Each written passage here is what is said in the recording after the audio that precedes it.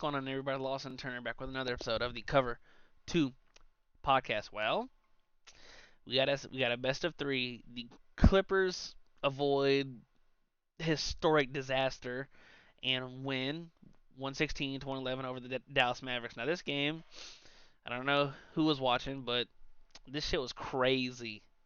Like, the Clippers go on a 32-8 run from the 7:47 mark to the 7/10ths of a second left in the first quarter, and they're up 31 early in the second, but the Mavs storm all the way back.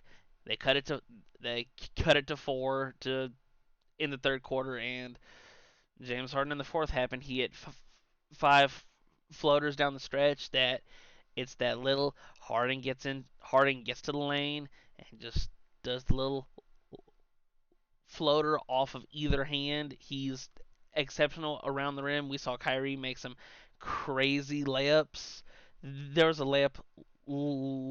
There was a layup late that gave the Mavs the lead, and it was just there were three Clippers all around him, and he just from under the rim scoop shotted it up and in, but it wasn't enough. As like I said, they fall, and the series is 2-2 going back to LA. Let's dive into the players that contributed the most, in my opinion. We saw Paul George in the first half. He couldn't miss. In the first half, Paul George could not miss. 26 of his 26 of his 33 in the first half. Wow, crazy. It was it was just I'm a big Paul George fan. He was outstanding. He was flat out outstanding. He had 33 points, 6 rebounds, 8 assists, 4 steals, and a block. We know that Paul George is his offense can sometimes be hit and miss. When he's on fire, but he's always been a two-way player. Excuse me, one of, if not, I'm not gonna say the best two-way player, but he's always been he. If you don't remember, he came into the league as a pure defensive player.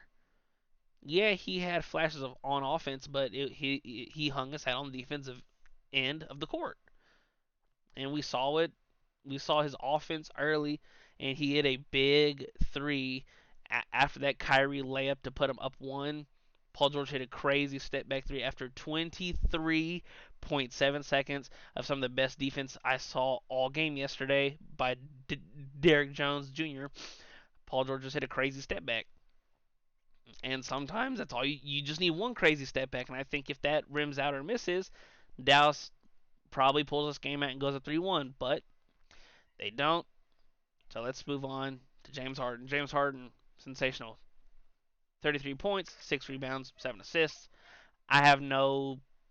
I have zero. There was a moment in the game late in the fourth before Harden took over where I'm like, okay, Paul George's shot isn't falling like it was in the first half. We as in Clippers fans, I'm not one, but in relative terms, the Clippers needed something. They needed to get something going, and Harden answered the call. Came up clutch. He came up fantastic, especially in the fourth when his team needed the most. 15 of his 33 in the fourth. Made all three free throws. He didn't hit the 1 3 he took in the fourth, but was 6 for 8 from the floor overall in the fourth. Zubats, I mean, he wasn't as dominant on the glass as he has been through in the 3 games prior, but 13 points is still, 13 points in a Clippers team that's very ISO heavy. Uh, I thought he did okay. Now, let's go to the Mavs. Kyrie, I, if you weren't watching this game live, or even if you saw the highlights, Kyrie was just unstoppable in the second and fourth quarter. He was in the first quarter he was bad, and I was like, well, there's a reason they're down 31 in the first half. And then Kyrie ends up with 40 points, 7 rebounds, 5 assists. Was absolutely outstanding. He scored 30 of his 40 in the second and fourth quarter. He had 16 in 9 minutes in the second quarter, and he had 14 in all 12 of his fourth quarter minutes that he played. It was absolutely just it was crazy to watch because I thought that the Mavs were going to pull it out late, but that's how the cookie crumbles sometimes. You spend so much energy and effort coming all the way back that you just don't have enough to finish and get over the hump. Luka, it's crazy to think this is Luka's worst playoff series so far, and you look up and he's still averaging 30, 10, and 9. It's just it goes to show how much of a big time playoff performer he's been. And you look yesterday, 29, 10, and 10, and shot 10 of 24, 1 for 9 from three. Like I mentioned in the video before, we haven't had that. Luka hits 6, 7, 8 threes and drops 43, 10, and 12 yet. The game, in my opinion, the most important games of series, if they go the distance, are 3, 5, and 7. The away team's first home game, if it's 2-2, game 5 is so pivotal due to the magnifications of who goes up 3-2, because then you have two more at bats, and if you don't hit the first one, second one is in your home building. Derrick Jones Jr. played a very fantastic. He played a really, really, really good game for his role.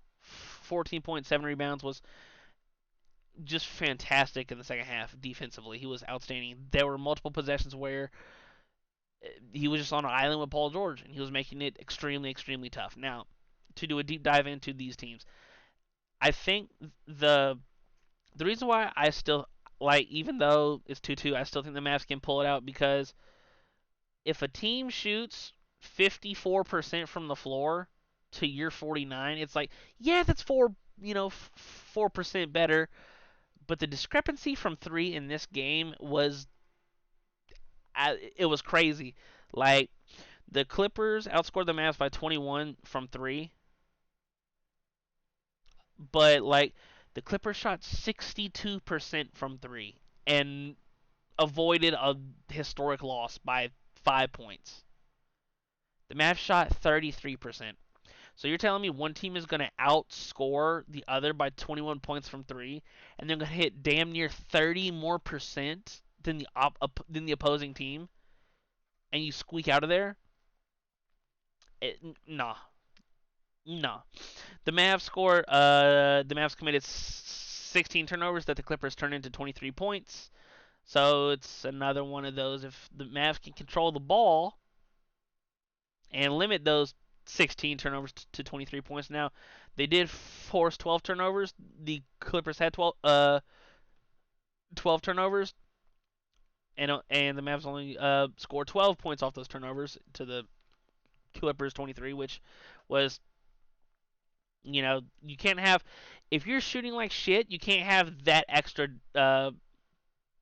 you can't have that extra, like, damn, they're killing us from 3, they can't miss, and we're turning the ball over. We're really handicapping ourselves.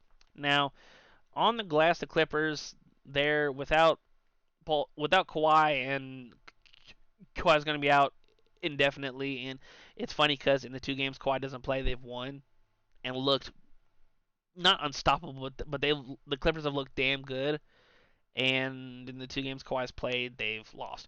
Now, I'm not saying Kawhi can control glass, but he's a long, good rebounder, and the Clippers lost this rebounding game by 13, 29-42. Now it didn't matter because when you're shooting 62% from 3, you don't need to generate the second chance points. Now they grabbed 5 offensive rebounds that led to 6 points. The Mavs grabbed 14 offensive rebounds out of their 42 rebounds and got 15 second chance points. Uh, the Mavs got back in this game due to a 2-minute run in the second quarter when they went on a 14-3 run. Then they went on a 15-4 run in the third quarter from the 8:07 mark to the 1:36 mark, and it was a 4-point game entering the fourth. And like I said, the Mavs ended up taking the lead late, but it didn't matter, and that's the way the cookie crumbles. When a team shoots 62% from 3, all you can do is this. I tip my cap to you. You were the better team, and you shot better, and that's the way it goes sometimes. Now with Game 5 being in LA, important game for both teams, and we'll see who grabs 3-2 going back to Dallas for Game 6. That's all I have for you guys in this reaction. Let me know you guys' thoughts, opinions, concerns. Are we going to see that Luka Masterclass game? Because it's coming. When? I don't know. Are we going to see it next game? Who takes a 3-2 seat? Who tongue twister? Who takes a series lead 3-2 going back to Dallas for Game 6? And that's all I have for you. That's all I have for you guys today. We know this about outros and me. I can kind of rant and they can kind of be sloppy. But thank you guys for watching for the Cover 2 podcast. I'm Lawson Turner, and I'll talk to you guys later. Peace.